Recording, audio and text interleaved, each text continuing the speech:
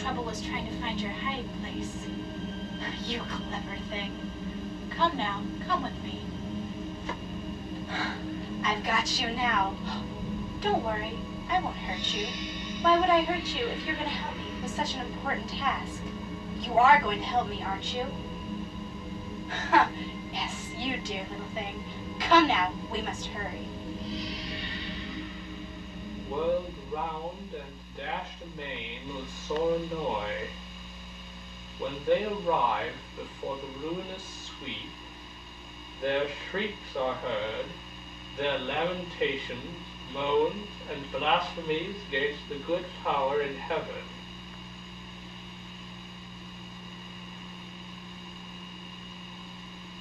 I understood that to this torment sad, the carnal sinners are condemned, in whom reason by lust is swayed. Dr. Chiron, Miss Ivy Peterson is here to see you. Miss Peterson? But why would she come here? We had decided that she needed no more assistance from me. I don't know, sir. She said merely that she would like to see you. I did show her into the sitting room. I hope I did the right thing, sir. No, that's quite all right, Turnberry. I will see her.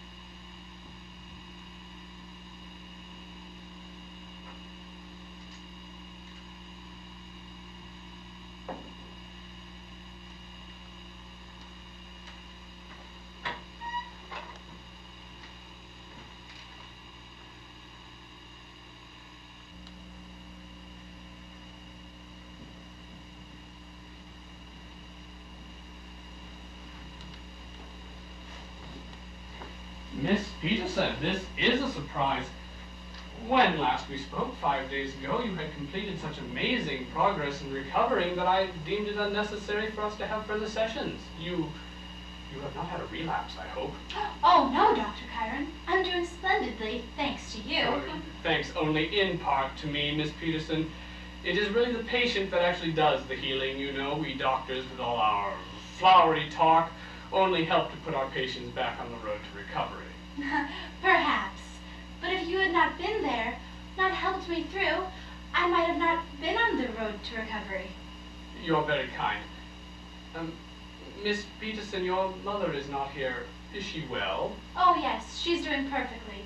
But she had several outings to go on today, and she's left me home alone. I see.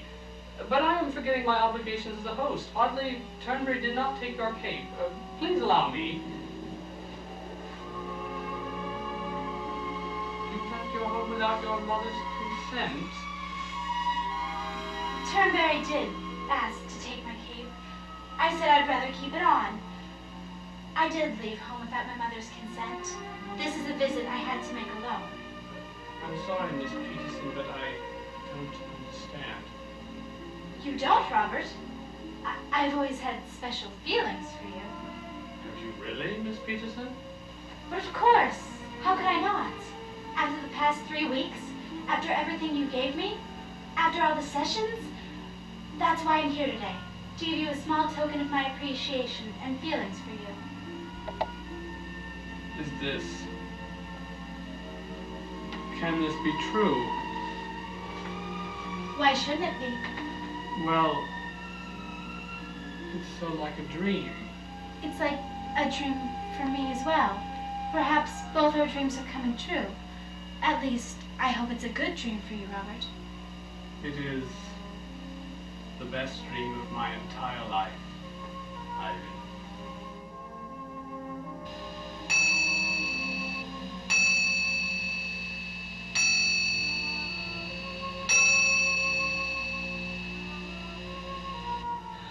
Oh, Robert, I do wish to sit with you all night, but my mother will be returning home shortly, and it would give her a horrible shock to come and find you missing. You know how protective she is. And after what happened to you, I quite understand. You must go. But before I go, Robert, I do wish to give you the token that I mentioned. There is more? Ivy, you have already given me everything that my heart desires. Only a small token, I'm afraid, but I thought you might like it. Ivy, this is a treasure. It is absolutely beautiful. Don't open it now. I want it to be a surprise. Before you lay down to sleep, think of me and then open it. I shall do as you wish, dearest Ivy. And I shall see you again soon, I hope. Call on me when you will. And if my mother leaves me home alone for a long amount of time, I will call on you. Till then, Robert? Till then, dearest Ivy, may then come very soon.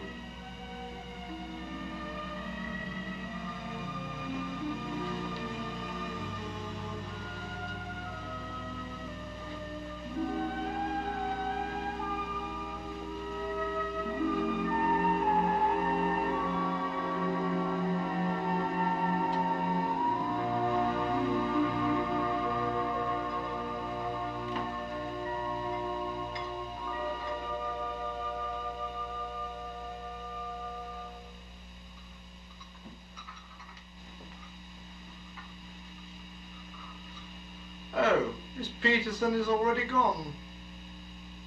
I am sorry I wasn't faster with the tea, sir. Would you care for a spot of tea all the same, sir?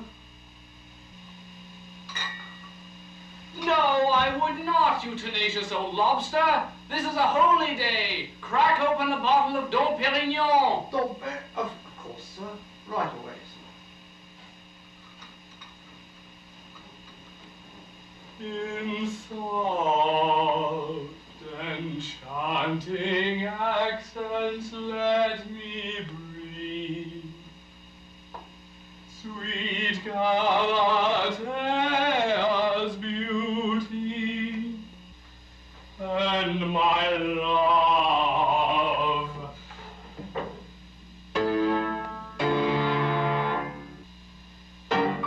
Oh, ruddier than the cherry, oh, sweeter than the berry, oh, ruddier than the cherry, oh, sweeter than the berry, oh, nymph more bright than moonshine night, like idlings blithe and merry. Oh, nymph more bright than moonshine night, like idlings blithe and merry, like idlings blithe and merry. Like idlings blithe and merry, oh, ruddier than the cherry, oh, sweeter than the berry, oh, ruddier than the cherry, oh, sweeter than the berry, oh, ruddier than the cherry, oh, sweeter than the berry, oh, nymph more bright than moonshine night, like idlings blithe and merry.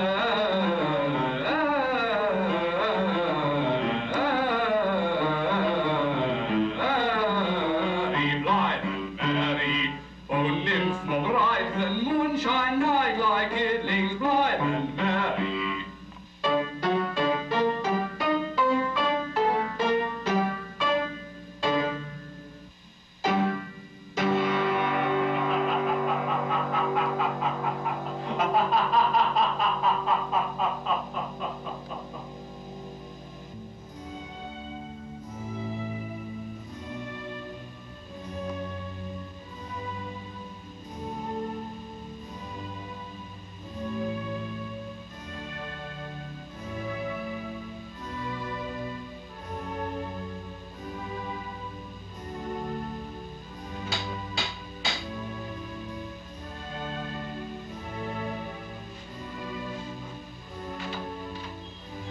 Dynamite. When I was at the drums club tonight, I inquired for you, and they said you were off escorting some old gent to a charity ball. I was. That is, I went to the old goat's house. Upon being shown in, was greeted by an old woman who turned out to be the man's wife. So, after we explained to each other where each of us stood, We both chastised the old man severely, and I headed back here. So, seeing as I am 2 taxis poor and not a waltz richer, and I have nothing to do tonight, I thought I might drop in on you before going home. Well, pitfalls of being a hard escort, let alone one who is so young and beautiful, Dragonwook. Do sit down. Thank you. It is always pleasant to spend some time of an evening in conversation with a friend. I'm glad you think so, because, if you don't mind, there are actually a few things that I would like to voice to you. Please do. What is on your mind, Bowmore? All in good time, Dragonwook.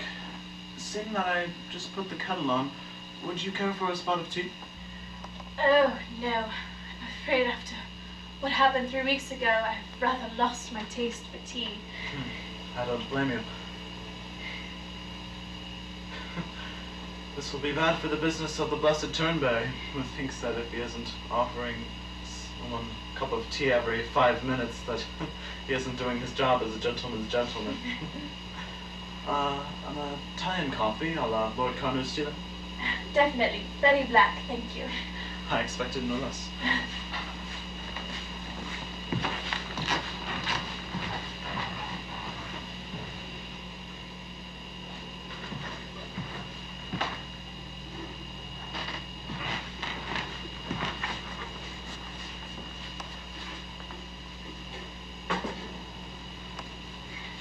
It will be a while for it to brew yet. You know, Dragonwook, to be honest, I'm still thinking about the events of 3 weeks ago. I doubt any of us needs reminding. I'm sure. What bothers me most is that there's something wrong here.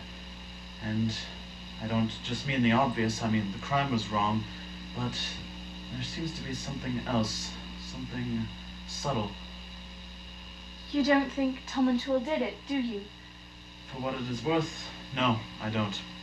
I know he's in prison for it, and it's too late to help him, but... Not necessarily. If it were to be discovered that someone else committed the crime, I should think they would release him automatically. Why do you think he didn't do it, though? Because it isn't like him. The number of times Tom and Toole has gotten drunk, he has never actually done anything to anyone. Yes, but Tom and Toole and Ivy have never been present at the same gathering when Tom and Toole got drunk. And that makes a difference. True, but if I recall, Tom and Toole has a tendency to spout all kinds of rubbish when he is in that state. I remember once when Lord Carnoustie beat him at cards, he swore he would murder Carnoustie, and he certainly looked as if he meant it and sounded as if he meant it. But he didn't do a thing. He just paced up and down and waved his arms, and then he fell asleep. And I can tell you, he did not move from the divan on which Turnberry laid him until he woke up quite sober an hour later. That occurrence does seem to present evidence in Tom and Toole's defense. Well, unfortunately it wasn't enough for the court. And with Dr. Cairns saying that when a man is drunk he is completely unpredictable, my statement amounted to nothing. And that is why I feel as if I am wrong to attempt Tom and Toole's defense. Dr. Cairns is the one that knows about the workings of a man's mind. And yet, against all odds, I feel as if Tom and Toole is innocent. I do not know Tom and Toole as well as you do, of course, but I must admit I agree. Do you have a light? Oh, of course.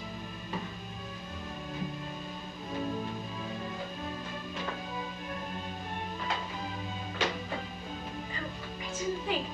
Do you have an ashtray? No, I only smoke pipes at home, so... just knock the ash into the carpet, Dragonwook. It keeps away the moths.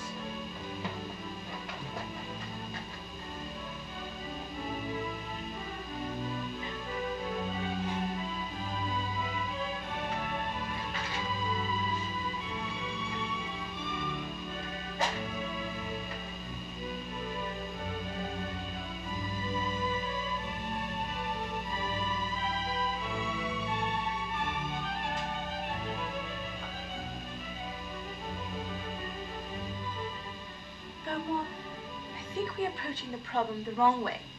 I have no doubt that we could sit here all night and discuss whether Tom O'Toole may or may not be guilty, and the various events that point one way or the other. I suggest we attack the castle from a different siege tower.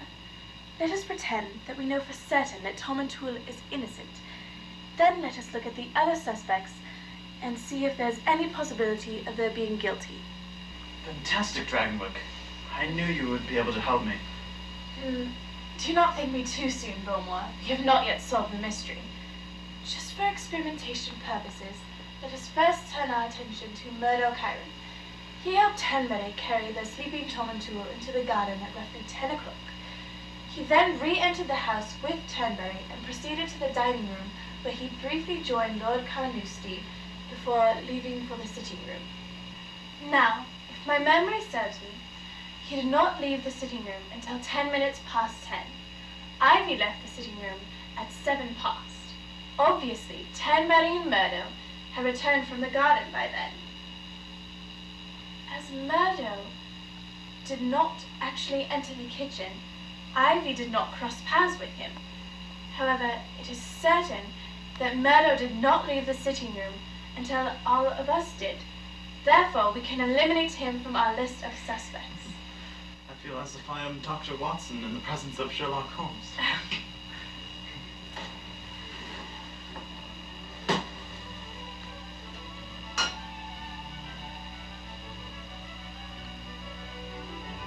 Milk and sugar? 1 lump, no milk.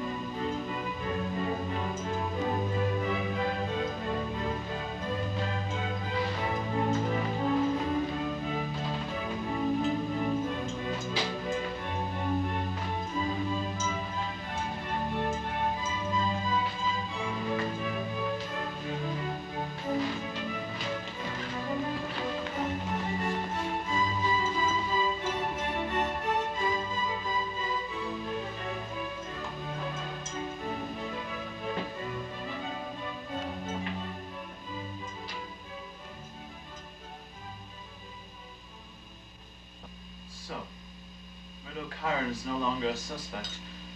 Let us now turn to Lord Enrico Carnoustie. After Tom O'Toole was taken out, I asked Dr. Chiron to give me a tour of his library. Oh yes, I remember you saying that. Good.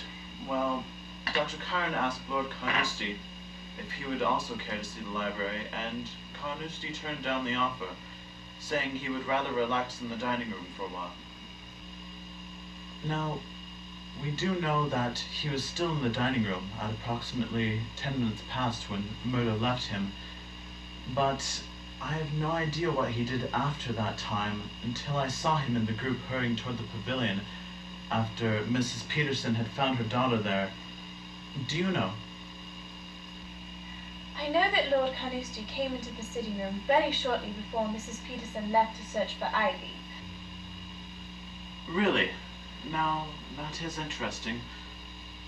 If Carnoustie was left in the dining room at some 10 minutes past 10, and only came into the sitting room at nearly 20 minutes past, he would have had ample time to creep from the house, commit the crime, and come back. Do you think it possible, Dragonwick?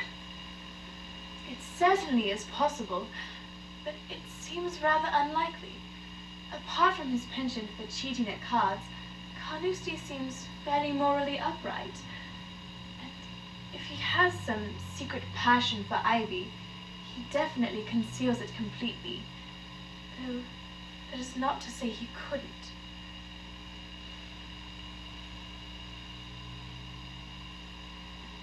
suggest we go through the entire list of suspects before we come to any definite conclusions. Quite so. Who is next on our list? How about you, Beaumont? What? Well, quite. Well, Dr. Karen showed me into his library some minutes after 10. I spoke to him about his collection of books for a little more than a minute. And then he left me to speak to Christina about the mask, which I had noticed to be missing as he showed me to the library. I stayed there for, about 15 minutes before proceeding back to the sitting room, which I found devoid of population. Wondering where you could have all gotten to, I then went out to the garden, where I found myself behind the crowd as you thundered toward the pavilion. I ran down a parallel path in order to keep up and happened to trip over Tom O'Toole's arm, which, as I have said, was extended over the path. I attempted to interrogate him as to how he had gotten the mask, but understandably he woke in a sober but bewildered condition and couldn't tell me anything. By this time, you all had gone back indoors and I ushered him in your wake. I know that I can't prove that I stayed there in the library, so just as with Tom O'Toole and Carnoustie, it comes down to a judgment of character. Do I look like a man who would commit such an atrocity? No. Then neither do any of the men. I know you better than any of the others. Even that is hardly conclusive. Let us move on to our suspect number 5, Sebastian Turnberry. You may cross him off the list immediately. At the trial, Mrs. Turnberry vouched for her husband's claim that after showing Mrs. Peterson out the back door, he remained in the kitchen until he went into the sitting room to serve tea shortly before Mrs. Peterson went to search for her daughter. Oh, good. I would really have been horrified if it had proven to be Turnberry. He really is one of the only 2 men who appear to be completely viceless.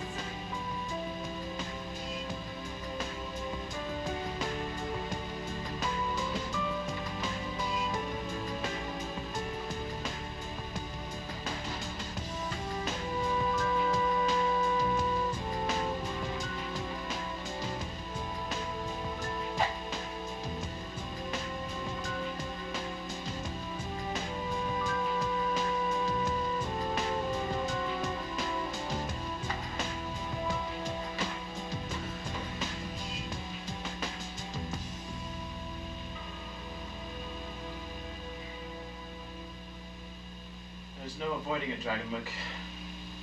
We're going to have to discuss the remaining suspect, no matter whether he is one of the 2 that seems completely viceless. Of course. You are right, Beaumont. Very well then, Dr. Robert Chiron. Let us see. Dr. Chiron left me in the library and went to speak to Christina, but I don't know what he did after that. Do you know if he went directly to speak to Christina? I have no idea. If I recall, Christina said that Dr. Chiron spoke to her about the missing mask not long before everyone ran from the house. But she had no idea how long that really might have been. Well, at any rate, he couldn't have taken more than 15 minutes to interrogate Christina. He only came into the sitting room after Mrs. Peterson had already left. In fact, it was because of his seeming concern that we all left the house in the first... Dragonwick! What? Dragonwick, we've been fools, the jurors included. We've forgotten the most important clue of all. We've spoken briefly about the mask, yet we've focused most of our time on who would have had time to commit the crime. Of course, but... Wait, Dragonwick, wait. It's one thing to think of who could have committed the crime, but now think of this. If the mask was already gone when Dr. Chiron and I passed by where it used to be, then it must have been removed before any of us arrived at Dr. Chiron's house. For no one of us was left alone until after I noticed the mask's absence. Now, who could have had time and opportunity to both remove the mask unseen before any of us arrived and commit the crime? Only one person, I think. Dr. Robert Cairn himself. Oh my God. Can it be? It is the only way. How stupid I have been not to have thought of this sooner. When Dr. Cairn told the policeman and the court that Tom and Toole would have had time to return the house, take the mask, and return to the garden, he was telling a monstrous falsehood. At the time that Dr. Cairn and I passed down the hallway that normally housed the mask, a fast asleep Tom and Toole could have only just been laid down in the garden. There is no human way he would have taken the mask, especially in that state of drunkenness. Dr. Cairn has always seemed very fond of Ivy, and I do remember now that there were certain times when I wondered whether he wasn't actually in love with her, but trying to hide it. But why would he try to hide it? Because, my dear Dragonwick, Miss Peterson has been brought up by her mother to fear the affections of any man. No matter how respectable the man, no matter how much Miss Peterson may actually have been attracted to the man. You're right. It makes sense. Imagine how frustrated Dr. Cairn must have been. Also, as self-critical as he is, with Ivy keeping an overly cautious distance from him, I wouldn't at all be surprised if he came to find himself unattractive, perhaps even repulsive. And on top of that, he being such a moralist, he probably thought his desires were sinful and cursed himself for harboring them. Why, Dragonwick, his library could be seen as a testament to a conflicted nature. The majority of his books relate to his career, and as such, to the respectable, reserved side of him. But the books he read for pleasure show a side of Dr. Cairn I would have never guessed existed. He told me himself he was fascinated by Dante's Inferno, and he owns Goethe's Faust.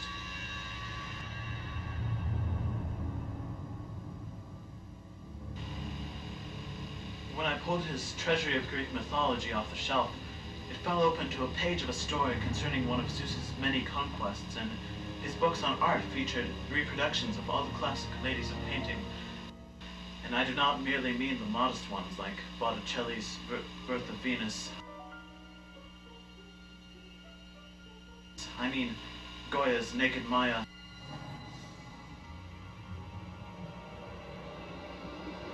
Manet's Olympia, and Cabanel's Birth of Venus. Makes perfect sense. One could almost write a chronology of Dr. Cairn's fall. He rather grotesquely attempts to satisfy his desires with texts and pictures, and this goes on for only he knows how long. And then comes the party. Perhaps even before his guests arrive, he is already in a conflicted state.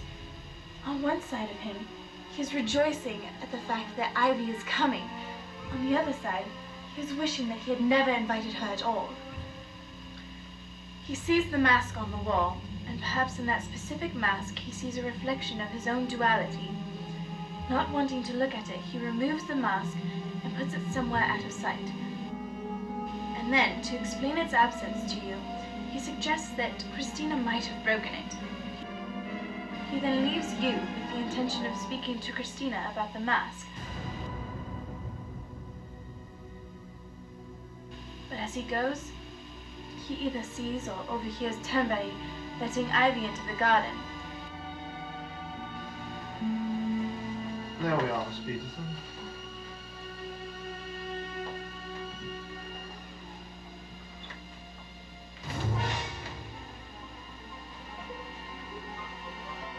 And so, in the end, not even his scruples are strong enough, and he goes to retrieve the mask from its hiding place.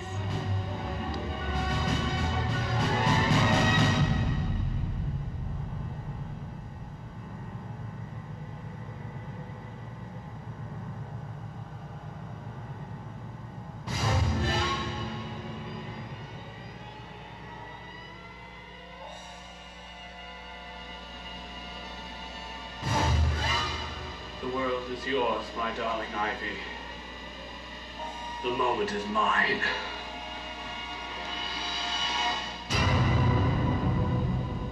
How immensely ironic. Ironic? Yes. Before Ivy left the house that evening, I spoke to Mrs. Peterson about the chains that are imposed upon us by society, and expressed my opinion that were those chains not so tight, there would be less people breaking free with such violent results. I see. Yes, that is hideously ironic. Go on, Dragonwyck. We may as well talk these events through to the end.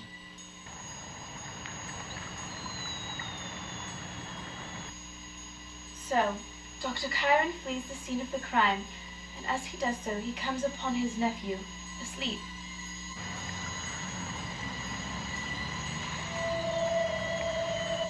He remembers that Tom O'Toole has always been fairly popular with women, and that he has several times made advances towards Ivy, doubtless other facts that helped drive Dr. Chiron over the edge.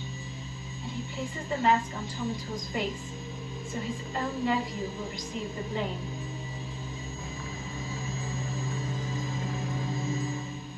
Dr. Chiron probably thought of it as taking revenge on his nephew for being everything that he himself so desperately wanted to be.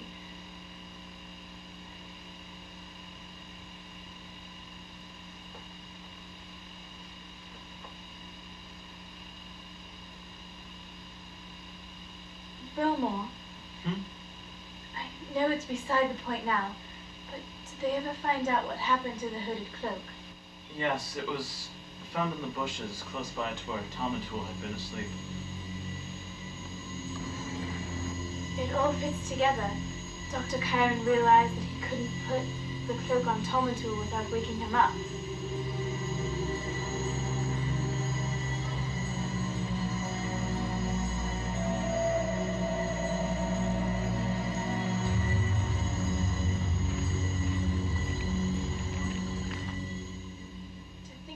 Such a noble man as Robert Chiron could have fallen to such depths of depravity.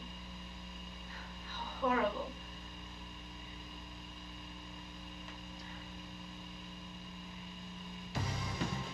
Dragonwyck, we must go. Go? Go where? To the police? No, not to the police.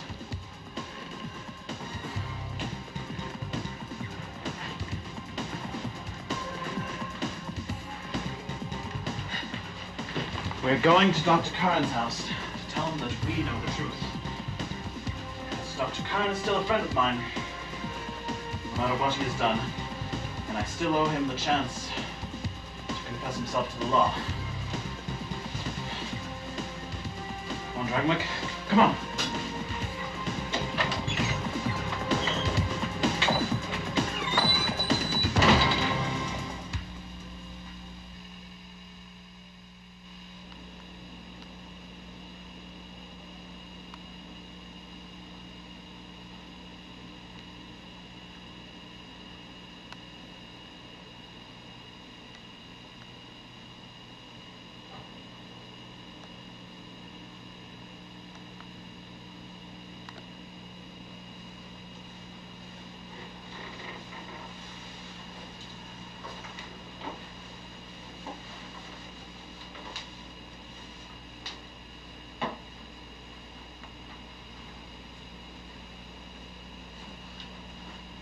Lois, I really don't know what to make of it. Something has happened to the master. Happened? What do you mean, Sebastian? Well, something has come over him. Firstly, he told me it was a holy day today, and then asked for Dom Perignon instead of tea. Secondly, just as I was leaving the room, I heard him start to sing. Sing? That is unusual. What was he singing? Something about soft enchanting accents and sweet Galatea. It is part of a hand aria, I believe. But that is not all. As you know, he ordered an extraordinarily elegant dinner, considering he was dining alone, and then just now, about an hour before he normally does, he went to bed. That is highly irregular. When did this start?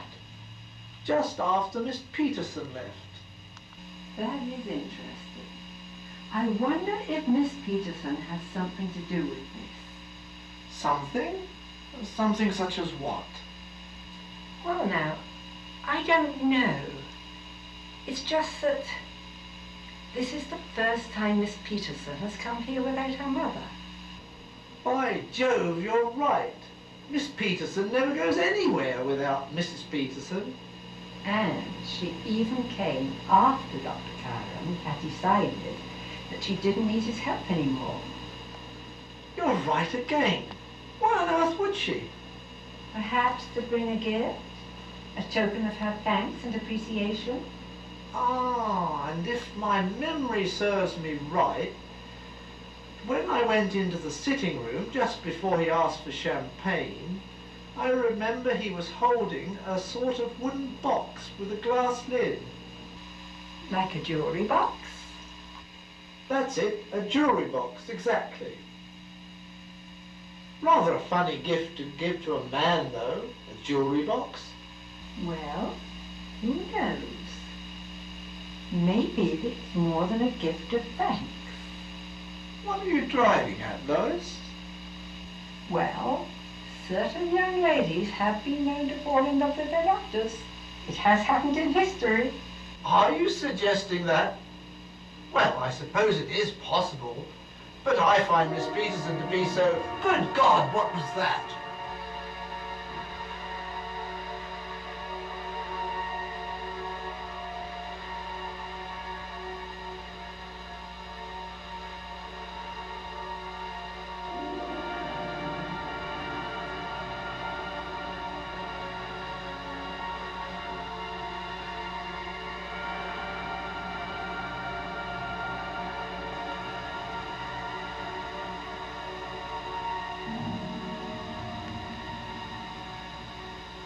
I did as you asked, Ivy.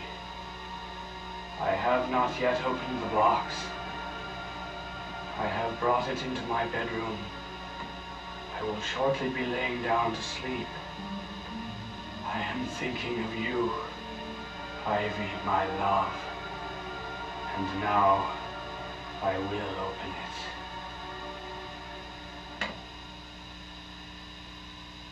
No. Not yet. First, I must make certain that I am totally alone with your gift, and so with you.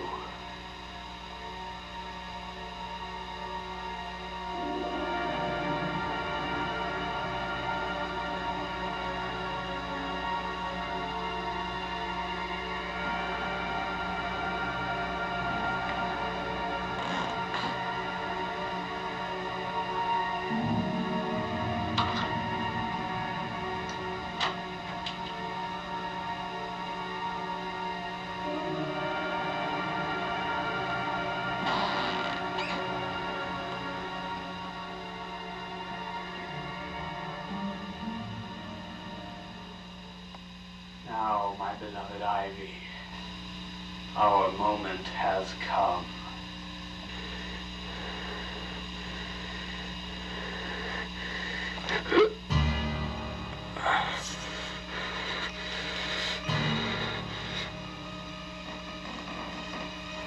My own personal fear, arachnophobia. Arachnophobia. Arachnophobia!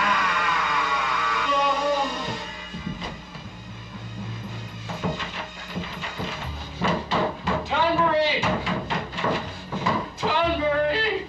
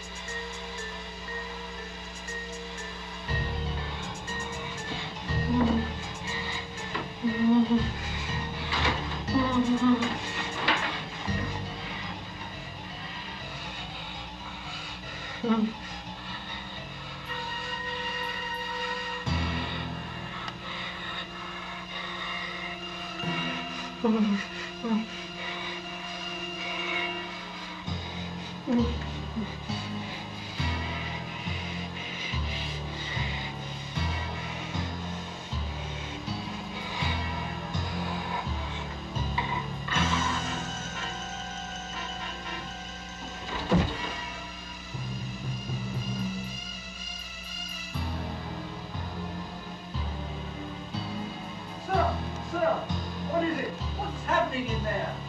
Let me in, sir. Let me in.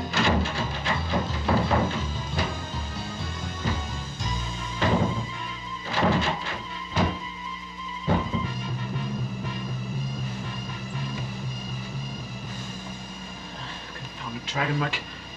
Are they all dead in there?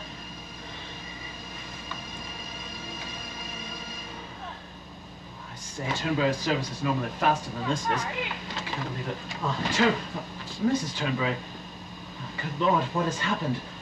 Oh, Mr. Beaumont, Miss Dragonwick, it is the master. We heard him scream in blue murder, and now he is silent as the grave. He has locked himself in his bedroom, sir, and Sebastian can't break the door in.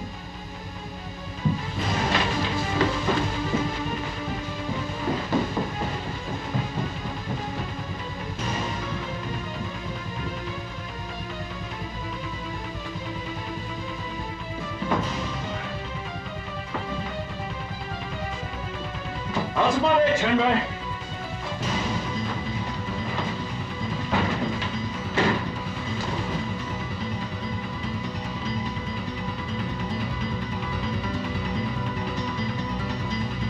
Oh, my God. Stay where you are.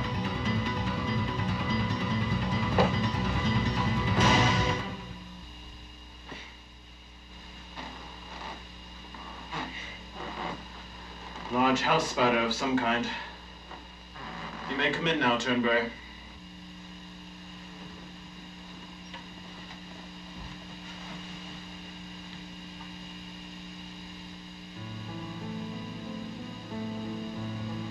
Nothing. Dr. Chiron is dead.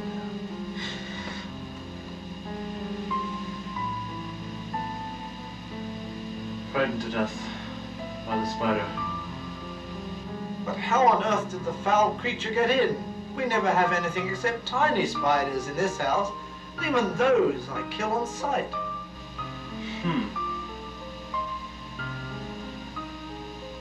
What is this? That must be the gift from Miss Peterson. She delivered it today. From Miss Peterson, eh? There appears to be a note inside.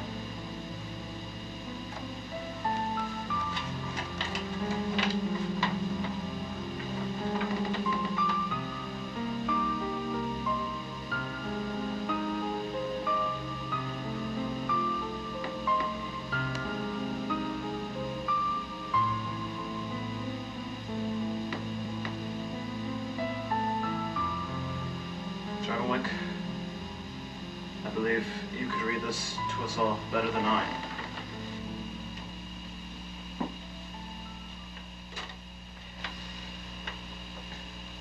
September 1st, 1902. To those who find this, let it be known that Willie Tomentour may be set free, for it was not he who attacked me that night. I feel no guilt over not arguing with the constable when he arrested Willie, for at the time I did not know who the attacker was, and was too distraught to realize that it could not have been him. However, the Horrible truth became known to me the moment Dr. Robert Chiron took my hand to help me to my feet, and I felt on his finger the ring I had seen and felt on the finger of my assailant. From that moment, I knew I must avenge myself upon the fiend. As I write this, my mother is gone on an outing and will not be home until evening. I will spend my time alone well. I have already purchased a gown that I trust will please Robert's eye. If this letter is read, it means I will have found a large house spider in the cellar and have put it into a jewelry box with this letter. It will mean that I have gone to Robert's home, pretended love for him, and have given him the box with instructions to only open it when he is alone in his bedroom. And I can only hope that it means Robert was killed by his own arachnophobia, so that my vengeance is fulfilled.